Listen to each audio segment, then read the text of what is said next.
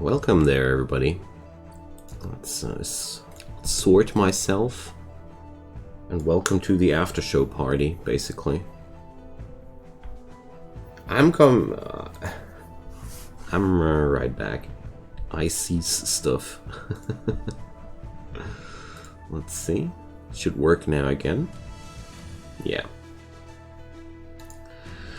So I'm doing a double stream tonight. Plan to be online for something like about an hour, a little bit more than that. So tonight I'm doing some Paladin. I wanted to wrap it up a little bit differently than usual because I was feeling like playing that a little bit off camera, and I already put up a somewhat decent formation. And my plan is to explain what I did so far and optimize it afterwards with you guys, because I already have a few points where I still want to tune a little bit. But yeah, maybe I'll find some good ideas with you, dear audience, and yeah, let's get right started, I'd say. The Paladin. The Paladin is a pretty cool damage reflection beast. And we're going to tune over the perks as usual. And then we're going to get into the formation, but this time will be done a lot faster because I have already set up the most things. So Art of War, I want to talk about Retribution first because Retribution is going to be mentioned a lot across the board here. Retribution, after my creatures take damage from an attack or spell, they deal damage back to 25%, equal to 25% of the damage taken. This cannot exceed 300% of my maximum health. This is a core mechanic of the Paladin, and the only thing I dislike about it is that it only procs on attack or spell, which means every trait damage or such is just being ignored and doesn't work. Pretty bad. But apart from that, a lot of fun. So Art of War adds 30% of my highest stat to the dealt damage amount. So this is basically enhancing every counter attack, no matter how strong the initial attack was. Crusade, we deal additional damage equal to 100% of the amount of damage they've dealt with Retribution. So this means basically we keep the damage reflected the last time, and the next time we take that and throw it back at the enemy right again and increase the whole amount of reflected damage for the next time. This is pretty insane and scales up to quite obscene amounts in a very short amount of time. Hey Hyorin, welcome. Then Divine Intervention. The first time my creatures would be smacked below 0, they get set to 1 health. I have mixed feelings towards that one, honestly. It's only happening once in a fight, and it's actually quite counteractive. I'm actually considering turning it off, but more of that later. Divine Wrath. When my creatures deal damage with Retribution while they're defending, the amount of damage is increased by 50%. We're basically always defending. Execution Sentence, and that's why I don't like the Divine Intervention. After my creatures are killed, they deal 100% of the damage they dealt with Retribution to all enemies. Like, basically you get a Retribution explosion for every creature dying. I love that. And that's why I don't like this one too much, because dying is actually not bad for a Paladin. And this trait treats it like dying is something bad. But whatever, I made quite a good experiences with the burst shield too. All right, good night, Cerno. Enjoy your Sunday.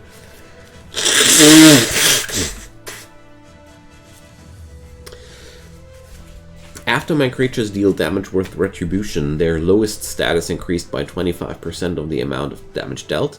So we have a stat booster here running as well, but only stat boosting the lowest stat, so that's kind of iffy, but useful in the long run. So after we deal damage with Retribution, we recover health equal to 10% of the damage, get a heal from the reflection, and we have extra defense while provoking. We recover health when we provoke, and we deal more we take less damage while we provoke, and when we provoke we attack. It's pretty useful. And after we take damage from attack or spell, it's Retribution.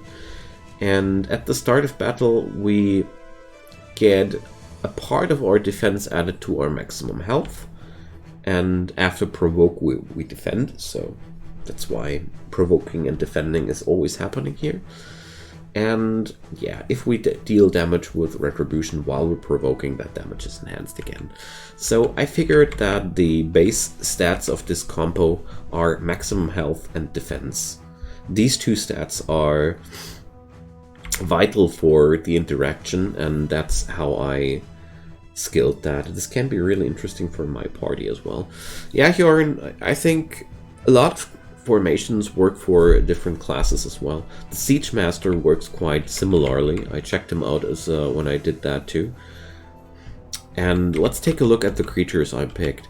So there's already on most artifacts a trait installed as well. So this formation is quite complete.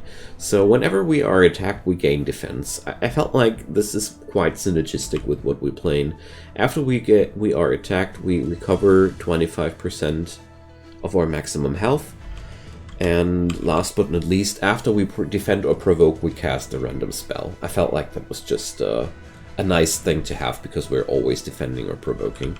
Spell gem wise, I'm running Requiem for mass resurrections.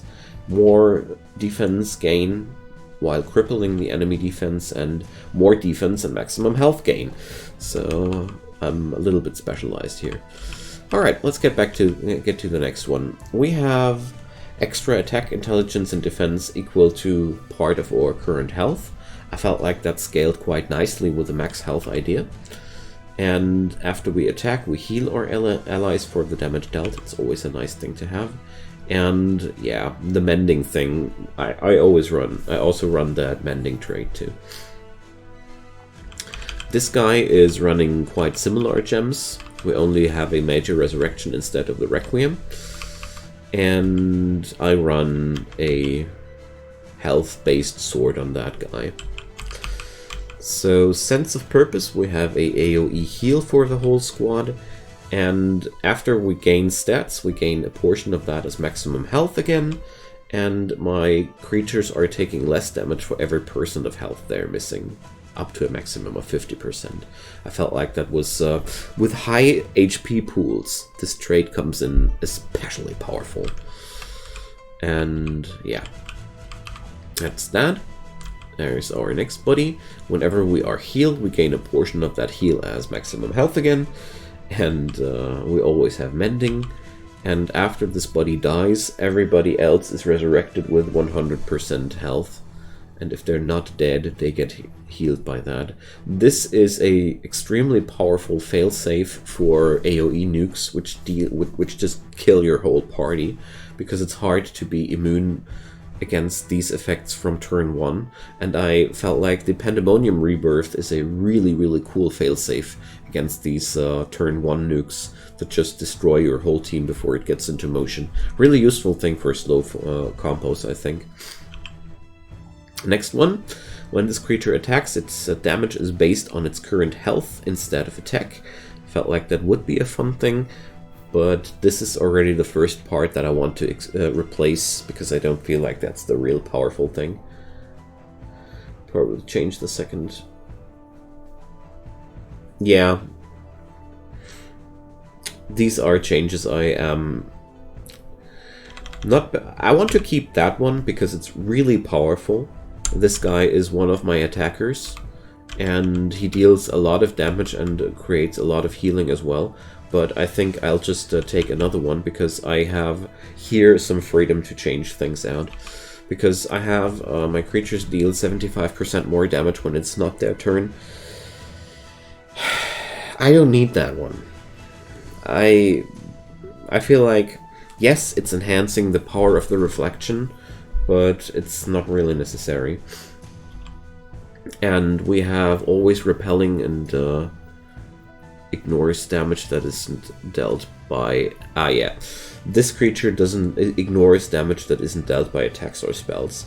I equipped that trait because this is a extremely nice failsafe against these trait nukes that just explode your whole team because of one trait, bypassing your attack and spell defense. It's a really powerful thing for a very specialized moment, but I really enjoyed that one. But this creature is one I want to replace to some degree, because these traits, maybe I want to keep the bombshell, because it's a pretty decent team buff, but wreck isn't really necessary. I feel like the mending one Ritual was mentioning here would be better.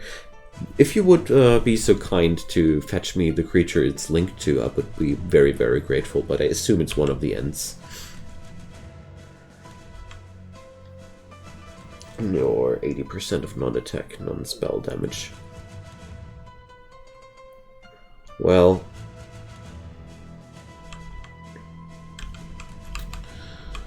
Well. Not really, Ritual, because I want my creatures to die. When creatures die, that's a good thing. They explode for a crap ton of damage.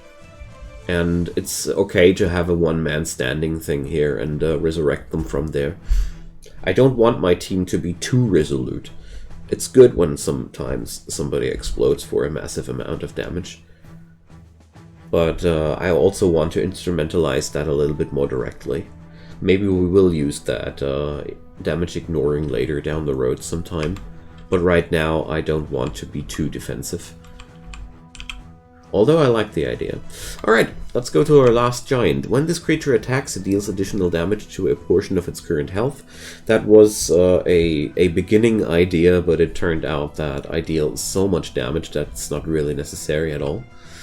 When this creature has defended for at least one time this battle, my creatures have 50% more defense. This is just so... yeah, sure, but... it certainly sounded better than it played out in the end, and after my creatures gain a stat other than attack, they gain 50% of that stat as attack as well. That one, though, has played out quite nicely. I feel like I could replace this giant easily with the end trait, and, well, I don't know if that 80% trait ignoring perk is really good or not, but I think in the end it should. In the end it should be. I mean, the thing is, Shadow Bulwark here is put onto the artifact for a reason, because the artifact trinket slots you can destroy afterwards, the fusion slots you can't. So I was well aware that this is a quite specialized thing when I installed it. Alright, so what I want to do now is I want to give this want to give you guys a demonstration of what's happening so far when we're playing it out while playing one realm, and then we're going to tinker a bit after that. But so far I got pretty much everybody just auto-configured to provokes, and well, we got a couple of spellcasts that do something else. I also have installed, let's see, Spell Breath, which deals a portion, which converts a portion of the attack into the damage, because my creatures stack up a lot of attack. We have Wrath of Nature, which gives moderate amount of attack to everybody, and here's another Spell Breath. And all the gems I run have the Generous trait, so they are always available on every fight, because I didn't find a good way of... That's happening when one of my critters is exploding. That was an instant AoE nuke. Because I want to have the spells available always, and Generosity paid off quite well. So, let's see what we have here. Ah, this guy is selling the arrow thingies. Okay. Not too interested in those. So far, this whole formation is rather slow, but at the same time, you see these attacks smack for quite a lot of damage from turn 1. We just don't have a solid form of AoE, and I was hoping that I could change that somehow, because AoE would be really, really nice. There is a creature which makes it happen that whenever my critters defend or provoke, they try to cast a AoE spell after that. And I was considering involving that trait as well, because I have, due to the generosity, AoE spells on pretty much everybody. And this would help, possibly, to get this build into a nicer, into a smoother motion here from the get-go. Because right now, they didn't get killed by anything except for one boss that featured a very high trait damage. So that's how that story came together. But after that, they didn't get beaten a single time so far. I haven't tried realm instabilities on rank of 5, but rank 3 was no problem so far with that formation. Due to the fact that we stack up max health and defense like crazy and convert that back into offensive stats, that's pretty cool. It's like turning yourself tankier and tankier and growing stronger out of that.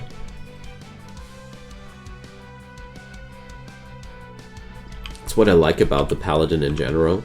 The damage reflection is real fun.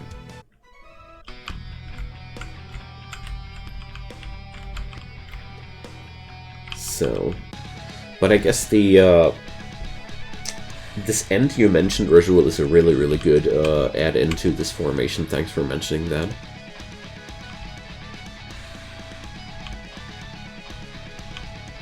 I already tried to involve that life spell which kills a creature and resurrects it afterwards. But if it's done by autocast, it doesn't trigger the AoE explosion for some reason that I didn't understand. So that sadly didn't work out as I wanted it to. There's the master I was looking for. Oh, an Eft master. There we go. That's just so crazy. When one of those explodes, it's a massive amount of damage. Wow. It's also a pretty neat buff for the Efts there. I'm not doing divination candles with this build right now because it's just unsatisfyingly slow. Not a bad mastery at all. It's the Paladin was just a surprise for me because it's resolute and the damage reflection part plays out really nicely.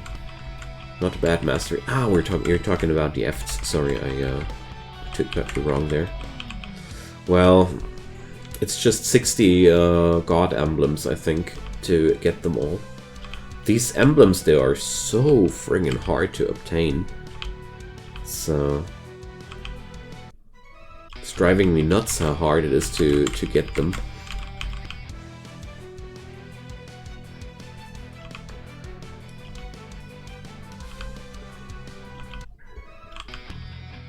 Oh, I hate it when that happens. I think I just pulled a card, but I had no opportunity to see which one.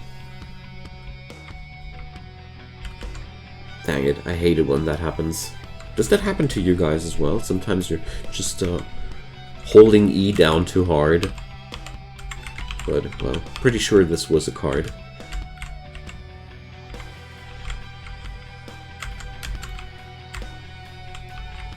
So far, for farming purposes though, the clear speed of a build is very important. For progression, it's not that much. But I wonder how much deeper we need to go until progression really turns into a real challenge. Because so far, I feel like the only smaller challenges are the nether bosses. And so far, well, unless the trait of the nether boss isn't completely countering my formation, it's quite easy to tackle them. But well, the difference between the second and the first time with the nether bosses was quite massive, and I could imagine that from the third go, it might be going way more exciting for this. But so far I'm already quite happy with that build here. It's a little bit slow because we do most of our damage by single target, and I haven't put up a trigger yet to explode my creatures on will. but we're gonna be getting there. I just didn't have the opals for that. Alright, back to Siralim we go. So, let's see. There was this end. There was this end. Here we go. Creatures take less damage while mending. After your creatures are attacked, their mending buffs heal them immediately.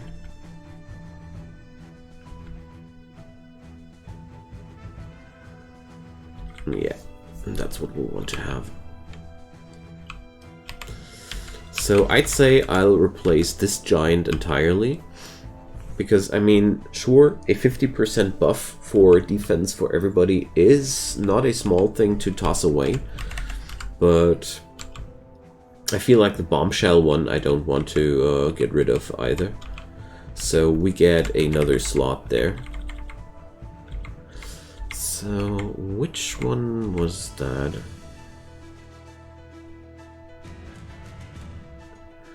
Yeah, well, usually I would do that if I totally derped out on the existence of that trait, because I tinkered the mending traits onto my artifacts and not into the fusions. So I want that guy, the Volps, I think, was... no. They have the autonomous chances. Oh, which one was triggering when we provoke or defend? Which one is triggering spells when you provoke or defend?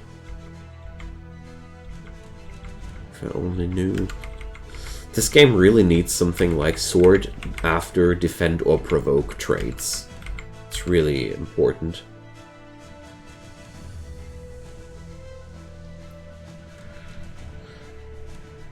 Well, the problem is there are way too many good things and way too few slots to use. You could add traits to no end. Because I would totally love to have that leech and stat gain combo. Because every form of heal is extremely powerful for this build. Because we transform heal into HP and HP into stats. So this is quite powerful for us. Where was that? I know there was some sort of creature doing that for us.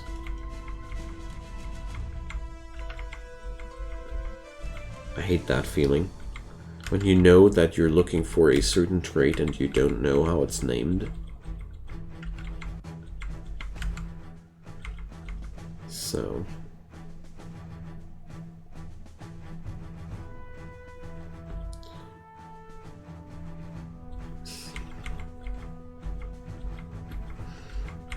well, I'm not that good in planning all these things that well.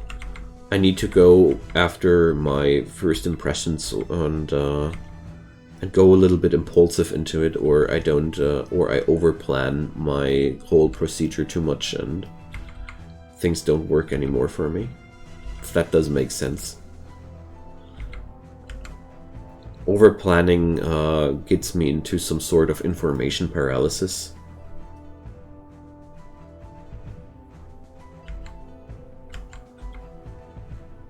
So, it's not a Salamander.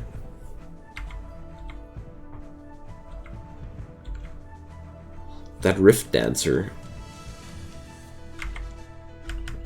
I mean, I was also considering if this, if a creature dies thing will trigger my Resurrection Explosion twice. I think the answer must be yes, but is it really worth it?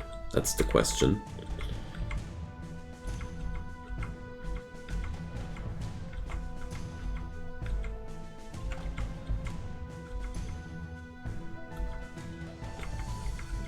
So one day we will find that critter which has the spellcast and defend or provoke. Maybe it's occultists. I could imagine that's occultists.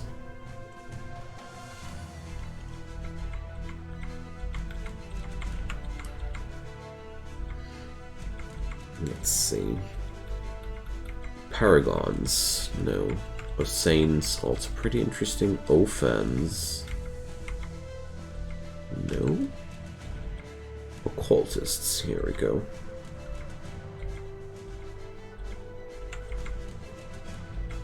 No, also not. Dang it.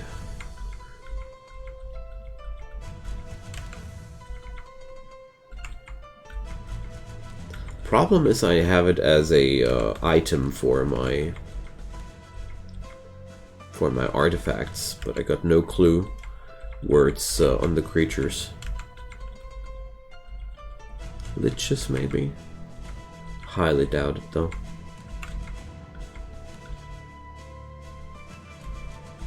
Lepers, leeches, kolas.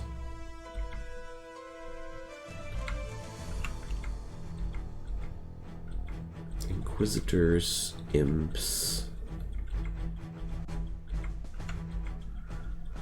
imlers and imlings for sure not. Hounds, harpies, grimoires,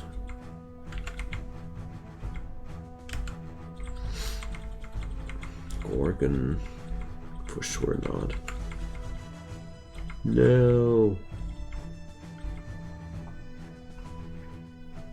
At the end of this creature's turn, it gains max health and provokes. Well, we have a god spawn here, available too. So, giants wasn't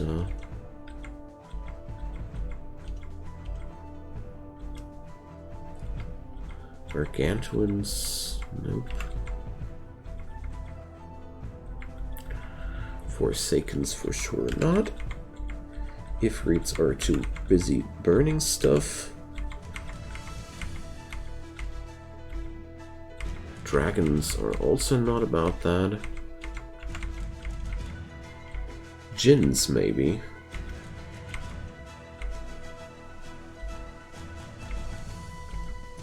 No, also not. Arf. Where is it? Crusaders. For sure not. Crunchers, Blobarians, so Cerberus. But they're all about not manually casting stuff.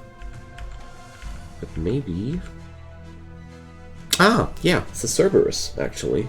After this creature provokes... Oh, it's only for one creature. But that's okay. I don't need that on everybody. Alright.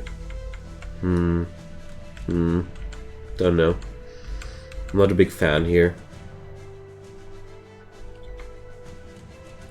I feel like there were way more interesting traits than that on my way here compared to some AoE.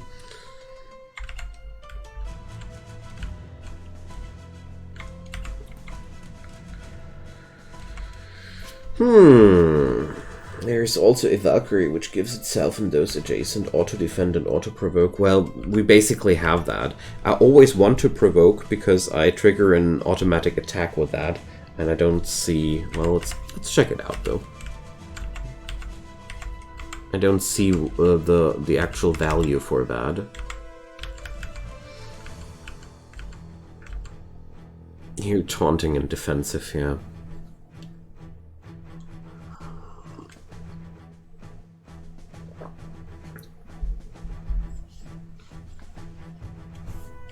Well, that's true. That's true.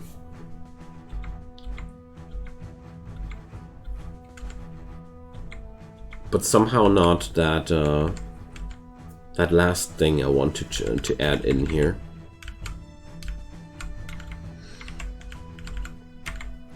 If we would go for just one more thing, I'd be strongly ogling towards this guy, because increasing all healing effects.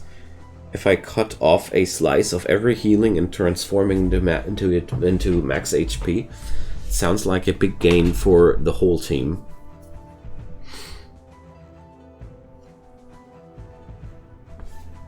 No, I don't think I have that one. You mean this one? Well, in my scenario, more at max HP are more desirable. I would love to have both, but I feel like this one is the bigger gain right now. Maybe we can get that onto a different slot there. But for now, let's fuse that end with that spirit. Because I really feel like that's going to be a big improvement. Here. Oh, this guy is featuring health as a main stat. It's a very pleasant coincidence. There we go. So we're going to toss that to ditch that guy. I won't be missing that trait too much, pretty sure.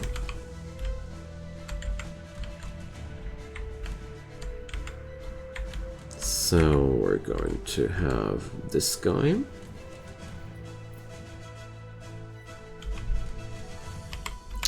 And probably, well, I don't know, do I really want to keep that bombshell trait or not?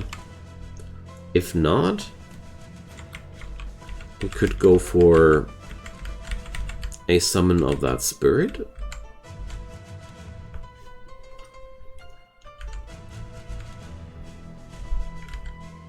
And get that one. Because I feel like that's a really powerful idea. The Amaranths are not team players. I'm really looking for team players here, wherever I can.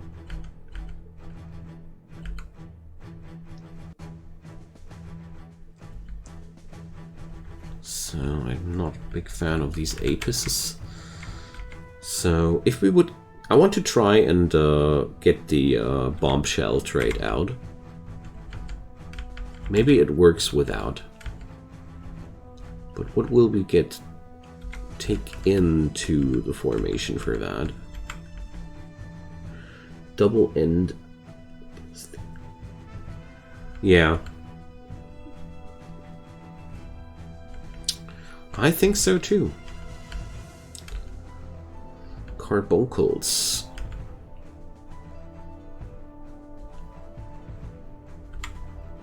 Devourers. Cerberus. Well, we could, of course, get one of those, but well, no. It's not that interesting. Still ogling for that one, but I don't think I want to do that. I just accept that the Paladin build is a little bit slower.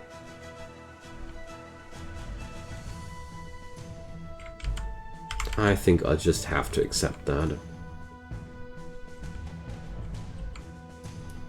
So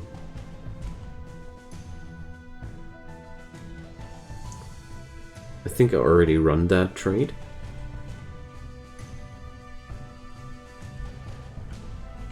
If I remember correctly.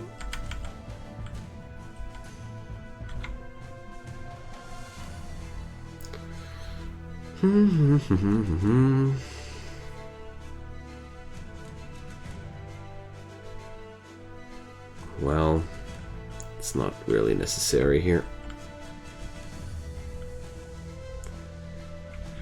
My creatures take less damage. Very plain, yet pretty interesting.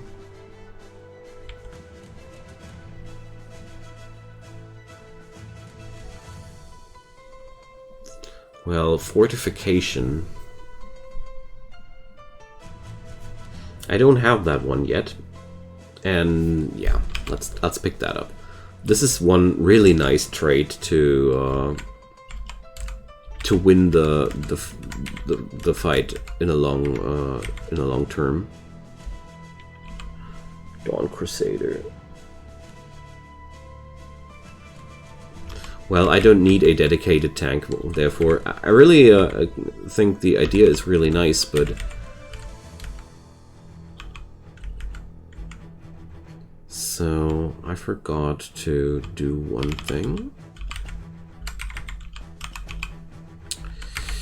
And that was stripping the gems. Giant. They're sorting braces, so here it is.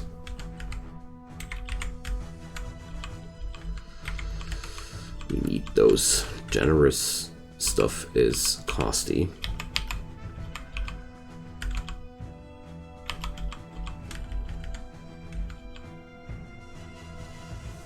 Alright. Now, let's fuse that spirit.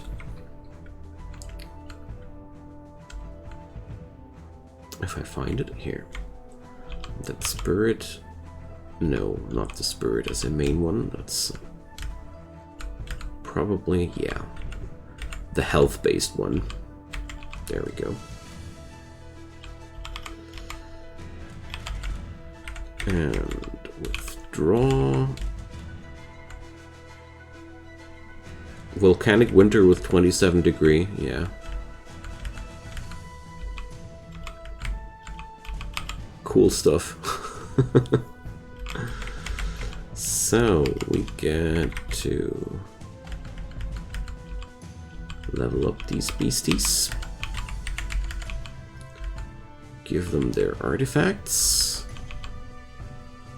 So determination, Requiem, and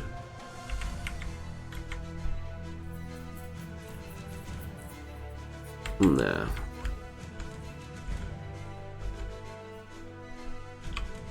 Let's do this like that for now. So now I want to create a new spell. Let's see, maybe that'll work. That was sudden death. Because this is in every way working, and since we're stacking health like crazy, this is a very nice way to explode your buddies. But I need to swap the class there again. Where is it at? There.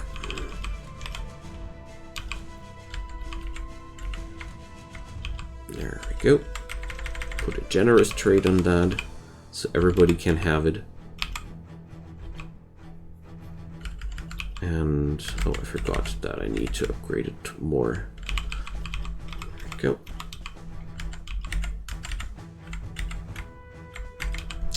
What can we go for? Casts on extra target, more charges, chance to cast twice. Well, no, we need to class swap that to life. Alright, so now we have that one.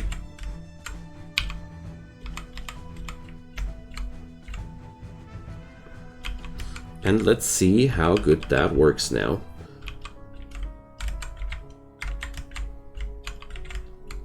So, elite enemies. Let's cast a sudden death. Oh, not this one though. Here, let's cast sudden death on this guy here. So we're bombshelling them like that. Alright. But it doesn't trigger the Retribution. Or, so, execution sentence. After your creatures are killed, they dealt with Retribution. So is that counter for every creature exclusive, I wonder? Alright, so this guy definitely got attacked. So let's sudden death him. Well, okay, maybe it just doesn't get shown because, you know. Alright.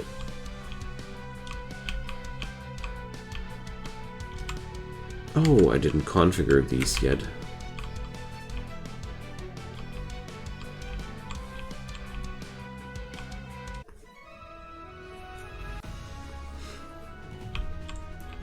Okay. Now they need to go on to auto-provoke as well. So the only thing I feel like I'm missing would be a way of triggering this spell cast automatically.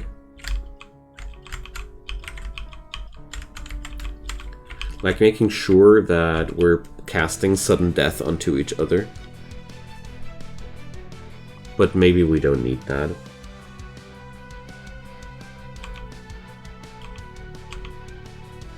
This should speed up things though massively.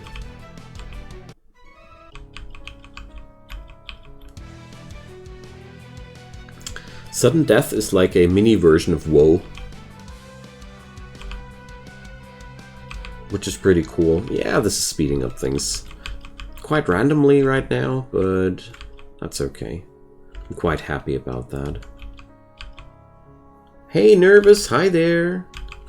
Finally able to catch me live? Aw, happy to hear that, man. Very happy to hear that. It's a trait, if your creatures provoke, they blow up and do something. Yeah, but that's then triggering on the entire team, and that would be then again too much. I am building on tankiness here after all. It's quite difficult to get the right scale into that. The Maniacs have pretty cool traits for that.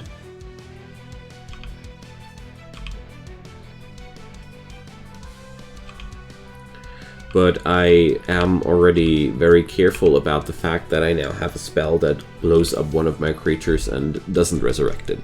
So, but we're racking up HP quite nicely. That's really cool.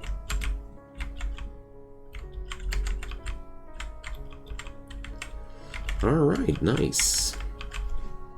Oh, we have projects ready for a turn in. But stacking up max HP and defense at the same time ended in a very, very resilient build, gotta say. And thanks, Rajul, for your improvements there. They really work out quite nicely. Blight is still a little bit of a problem there. I wonder if we need to have an artifact which counters Blight at some point. I could imagine that if I had to face a too big boss battle out of some reason, that I might be swapping out the Blight there. Sudden death. Okay, that was really weak. Blight and Feared are the banes of my existence. Yeah. Well, you know, there's a counter to pretty much everything in this game. That's something I highly respect.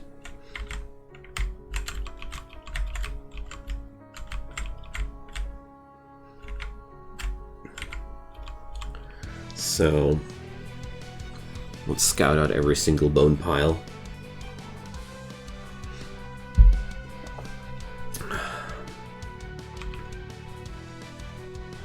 But so far, the Paladin is one of the most comfy builds because it feels nigh unstoppable. I think now we put a new level into that, and I wonder where it will stop to be effective now. Like I said, the only thing that's bothering me a little bit about the Paladin is that I'm not able to AoE nuke the entire enemy team from the get-go, but I feel like I'd be investing too much into that to make it reliable out of greed, and I would compromise the base characteristics of my build too much. Don't know. Sudden death plays quite nicely with this build though, gotta say.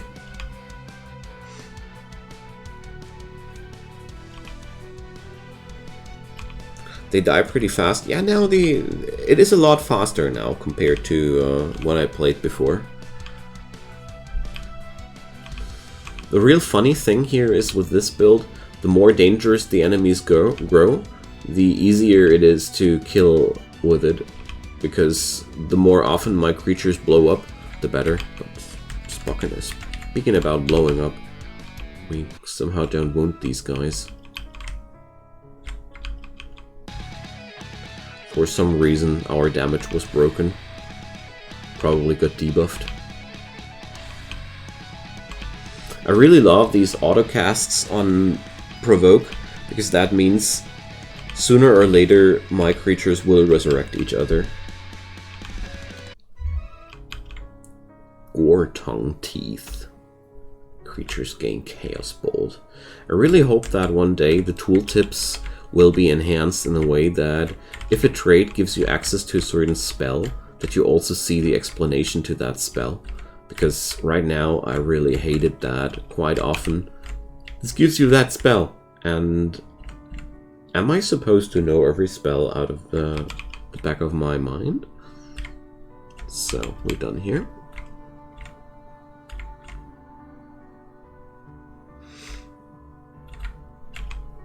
Alright.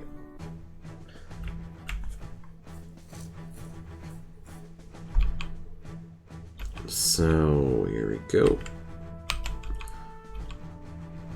Obviously, you're supposed to perfectly memorize the entire game. Yeah, I don't know. There are a few kinks in this game that are a little bit odd to put into friendly words, but it's early access after all, so I don't want to be too punishing here. Okay, we need another forge mission. And, well, I want the key forges. As many of them as possible.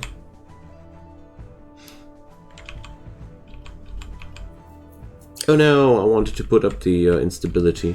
I wanted to try out if a higher instability would be better. I didn't care about the game, I wouldn't complain about it not being... Yeah.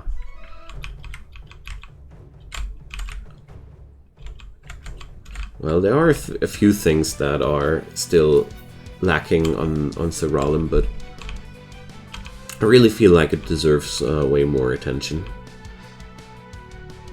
Especially if you like to tinker around with builds, this is a really cool place to be. So, come on. Nuke! Well, at least I have a nuke button now. That's pretty cool. After a couple of turns, we can transform one of our creatures into a big bad nuke. I like that.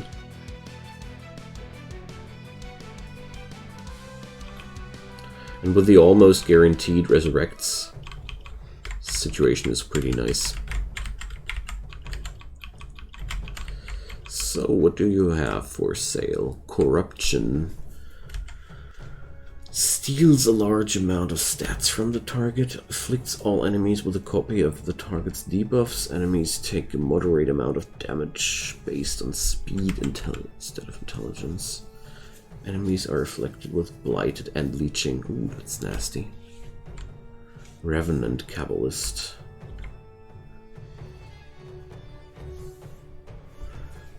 Alright.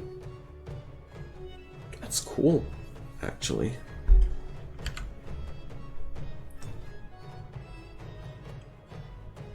So...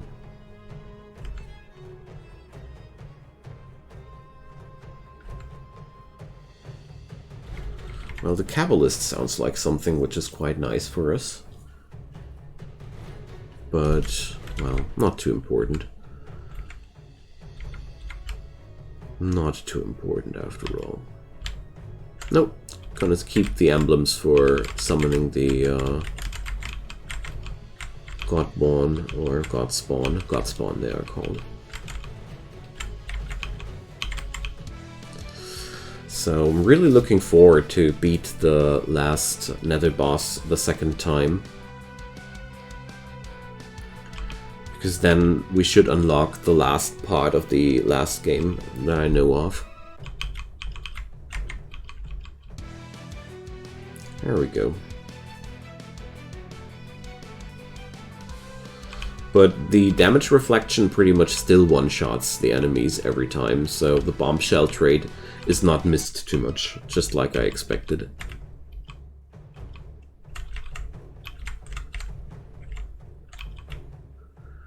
So, we still haven't found the key.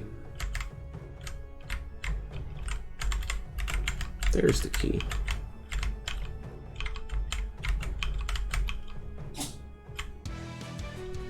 So, well, so far, I'm really happy with how this Paladin build works out. And I hope that this time it's a little bit better to follow how the build works, because a lot of I've heard a few voices that had trouble following the team building processes like I did them in the past. And I felt like building the team off-cam and explaining it afterwards is easier. Am I trying to complete a certain card set? No, actually not. If I would would play a different build. Max HP on heal trade. I think it must be Check the Kolos with K. I think it was them featuring that one, Rajul. For card sets, I would run the Pyromancer. I want to unlock the last part, like that was here, the guilds.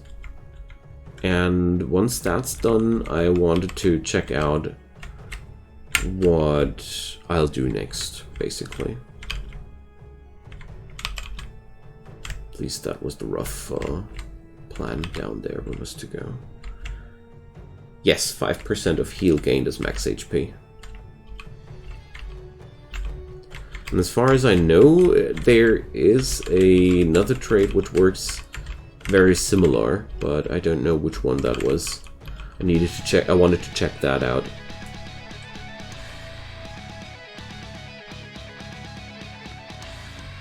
Yeah, this is working out really nicely.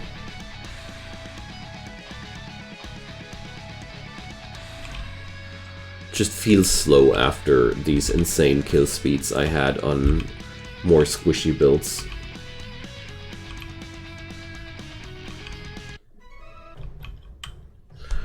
If all the creatures in your party are revenants, they recover 50% health at the end of the turns. Okay. Doesn't sound too exciting.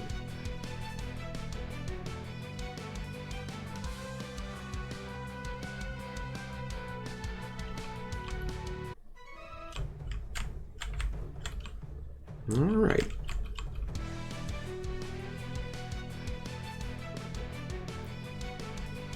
But overall, I really like how this works.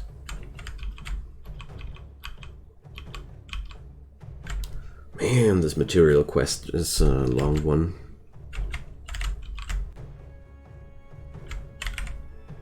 Sometimes these maps are just messing around with you quite hard. There we go, finally. So we're going to do something stupid.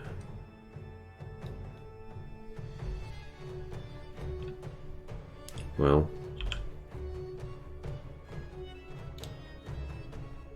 can't resurrect. That sounds not good. More damage dealt, but let's try it. We won't have any chance whatsoever against the Nether boss, but I want to check out how it works when we're playing like that. So, let's see, sudden death, boom. And it does trigger the execution sentence. So as a matter of fact, execution sentence is based on the amount of damage a certain creature has taken during that fight. Interesting. Didn't expect it to be like that, but... So we're now on instability 5, and the real funny thing that I discovered was that the harder the enemies hit, the faster the fights are over because of the nature of damage reflection. So...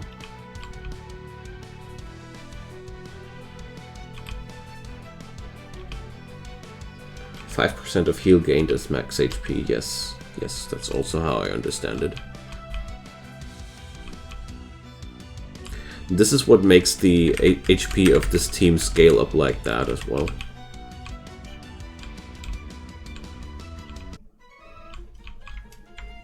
why I like it that much. It's just extremely useful, I feel. Alright. Ooh, that was a big one.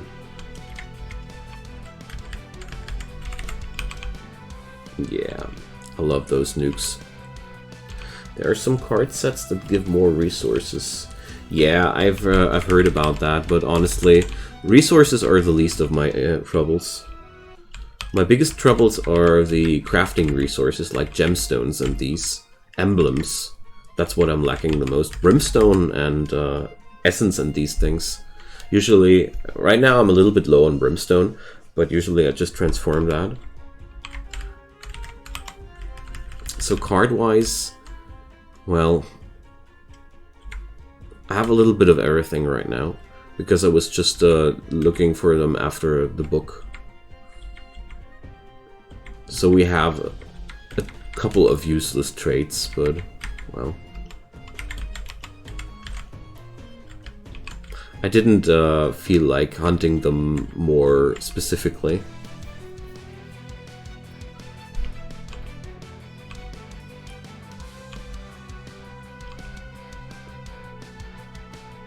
Wow, that's a lot of debuffs.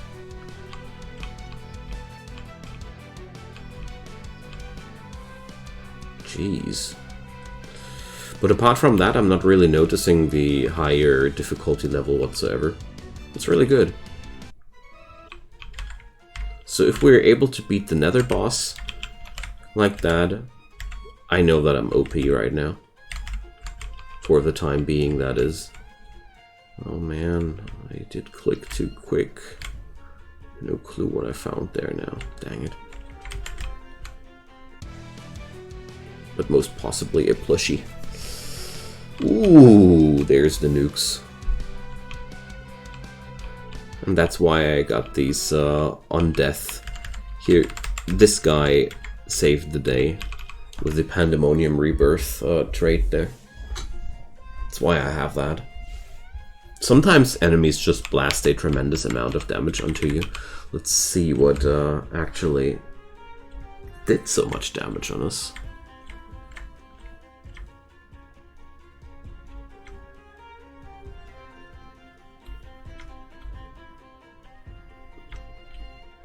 Here we go. There must be the...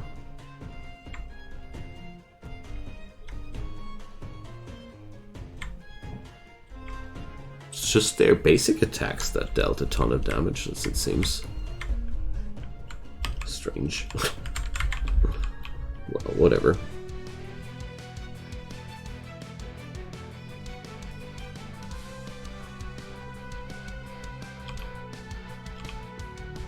Yeah, this is working out really decently.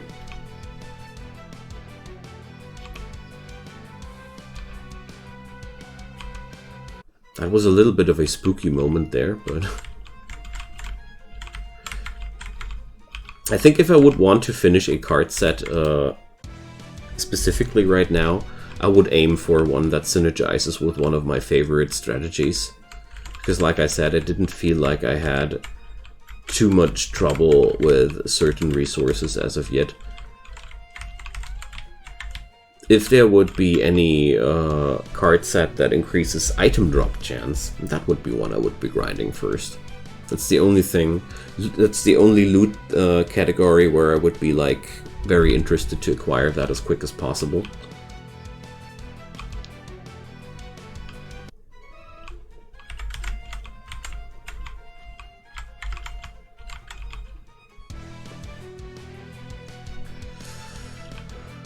But by now, I want to grind some nether stones as well, because I feel like these are the real Joker cards to work around.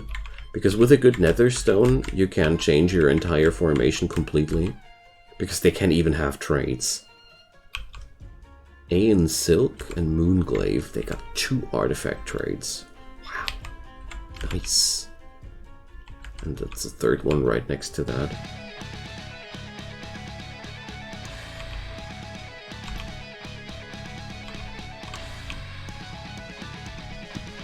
So yeah, that's really lovely how this works.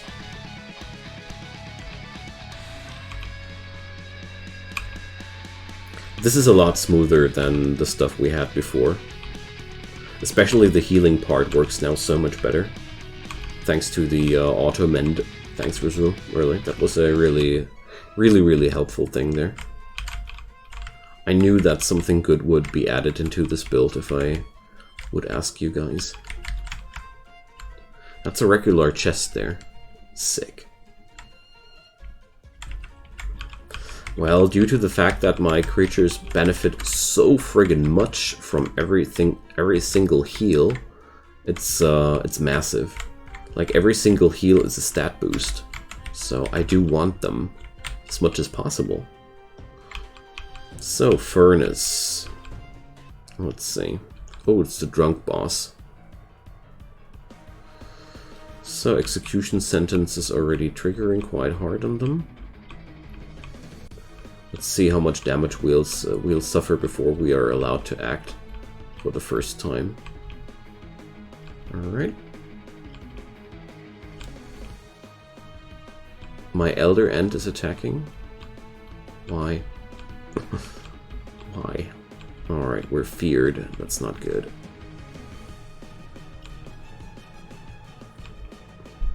I mean, we are playing on instability rank 5, so I shouldn't be too surprised if things are really janky right now. So, let's go for a Requiem. And afterwards, we're going to slam a sudden death on this guy, because he will heal everybody, if I'm not mistaken. Yes. And we also triggered the sentence thingy right away. I like that. This is really a powerful combo. Let's resurrect him again. Now let's suffer through the enemy attacks.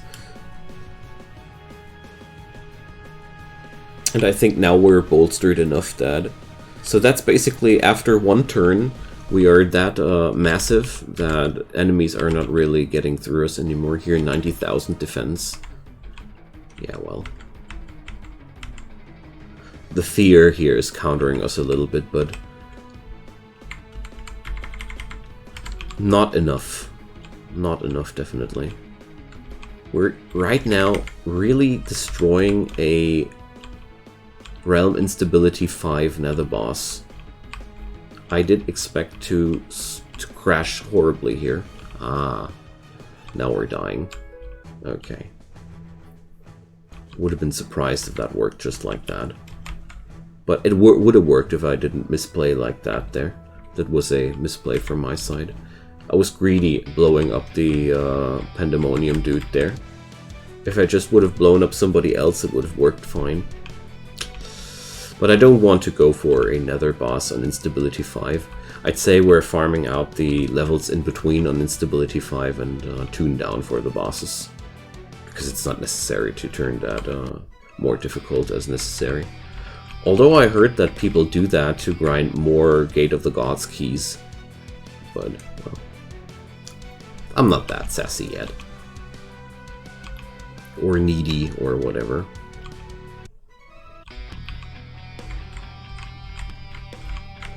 Alright. Let's see how this fight goes when we're on a normal instability. But I really got the feeling like the kill speed is slower on lower instabilities because the enemies are hitting less hard. That's a weird thing. But I guess that's just how damage reflection builds work. That they enjoy hard-hitting enemies, basically.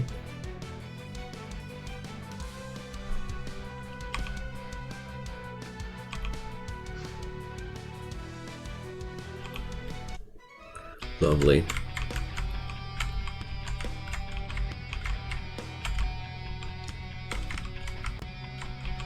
And there's yet another master. I mean, this way we can grind masters 2 times.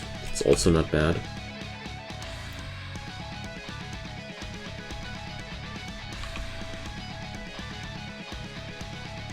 And there we go.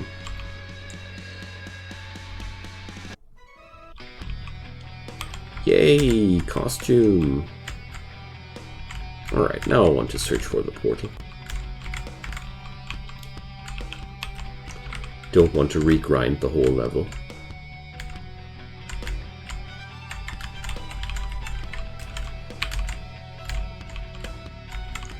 Rank 24.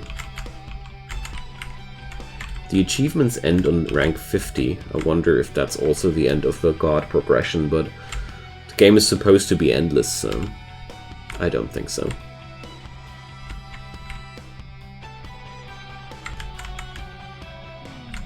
Come on, where's the boss portal?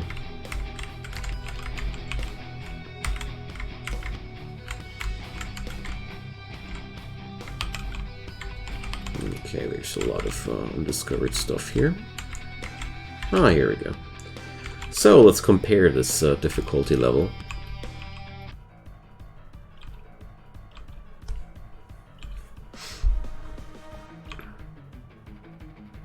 This guy's spamming a lot of debuffs, so he's actually quite strong against my build.